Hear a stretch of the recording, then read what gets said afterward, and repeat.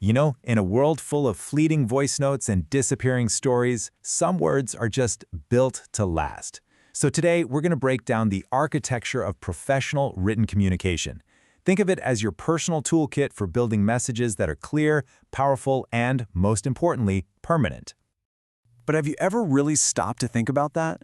Why does hitting send on an email feel so much heavier than a quick chat by the coffee machine? What is it about seeing words in print that makes them feel so final? Well, that feeling, that sense of permanence, is exactly what we're going to unpack today. It all really starts with this one simple idea. Some words don't just vanish into thin air. Nope. They stick around, they leave a trail, and believe me, that trail has consequences. And this is the heart of it, right here. Written communication isn't just about getting your thoughts out there, it's about creating a record.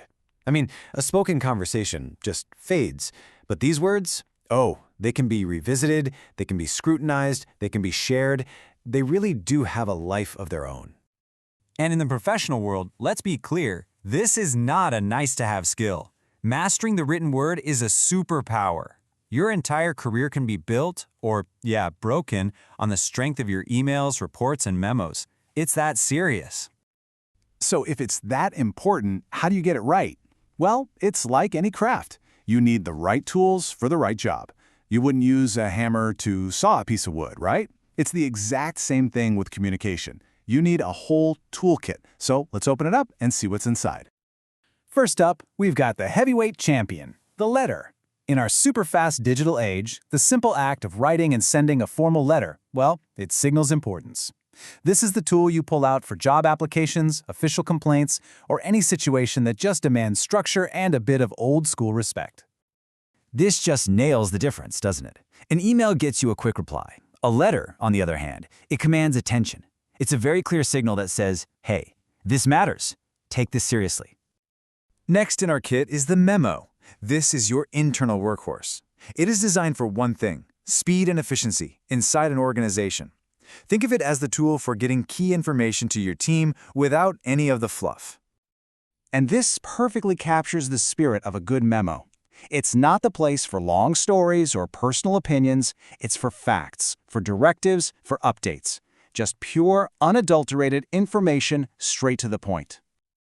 Okay, next up, we have what I like to call the megaphone of written communication, the notice.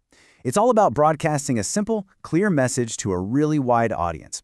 You know, like office closures or upcoming community events. The goal here is just mass awareness. And here's the absolute golden rule you have to remember. The success of a notice is measured in seconds. It has to be so crystal clear that a single glance is all it takes. If there's any confusion, if someone has to reread it, it's already failed.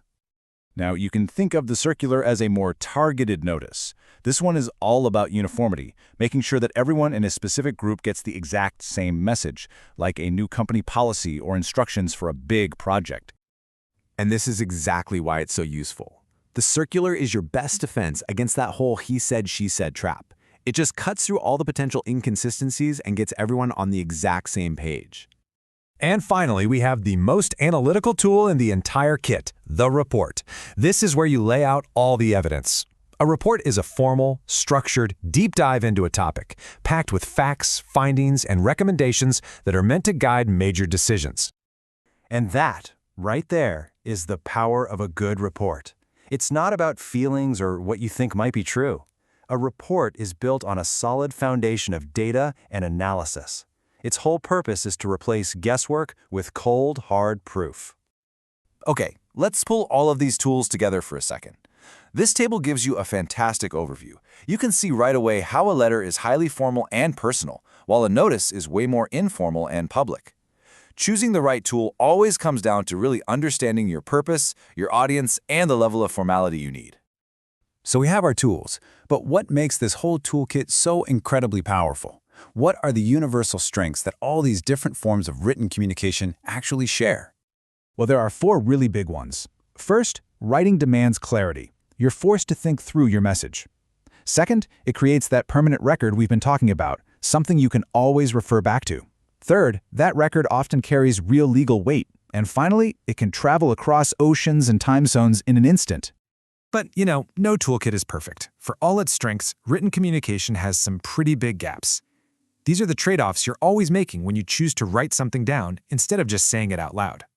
So what's the biggest limitation? The lack of immediate feedback. You send your message out into the void and you just wait. And that silence, that's what opens the door for misinterpretation. Without your tone of voice or a simple smile, a basic question can land like a harsh accusation. You lose all of those crucial nonverbal cues.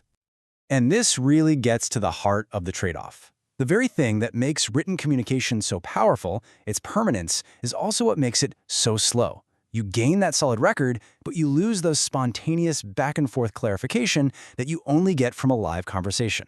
So what does this all mean for us? It means we have to be intentional. We have to become like artists who choose our communication tools with real purpose and skill. If there is one key takeaway from all of this, it's this guiding principle right here. When you need proof, when you need precision, and when you need permanence, that's when you reach for your written toolkit. But when you need a quick, emotional connection, a conversation is probably your better bet. Which, of course, leaves us with one final thought. In our world that's so full of emojis and GIFs, is formal writing actually becoming a lost art? Or, in a sea of informality, are these tools becoming more valuable than ever before? Something to think about. Thanks so much for joining me.